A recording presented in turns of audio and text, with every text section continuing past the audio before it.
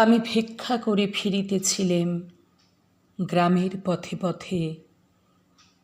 তুমি তখন চলেছিলে তোমার স্বর্ণরথে। অপূর্ব এক স্বপ্ন সম লাগতেছিল চক্ষে মম।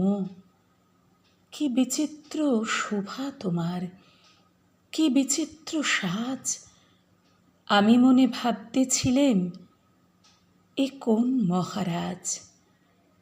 আজি শুভক্ষণে রাত পোহালো, ভেবেছিলেম তবে আজ আমারে দ্বারে দ্বারে ফিরতে নাহি হবে।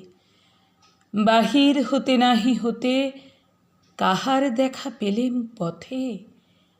চলিতে রথ ধনধান্য ছড়াবে দুই ধারে।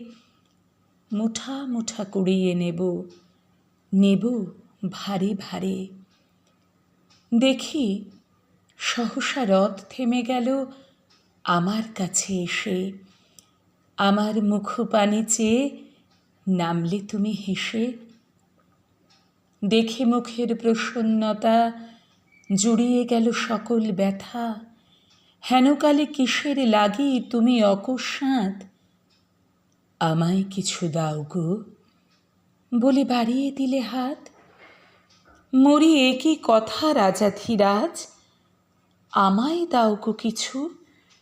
শুনে ক্ষণকালের তরে রইনু মাথা নিচু। তোমার কি বা অভাব আছে ভিখারি ভিক্ষুকের কাছে।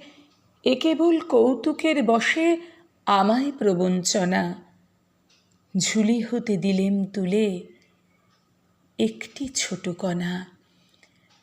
যবে পাত্রখানি ঘরে এনে উজাড় করি, এ কি ভিক্ষা মাঝে একটি ছোট সোনার কণা দেখি। দিলেম যা রাজ ভিখারিরে, স্বর্ণ হয়ে এলো ফিরে। তখন কাঁদে চোখের জলে দুটি নয়ন ভরে। তোমায় কেন দিইনি আমার সকল শূন্য করে।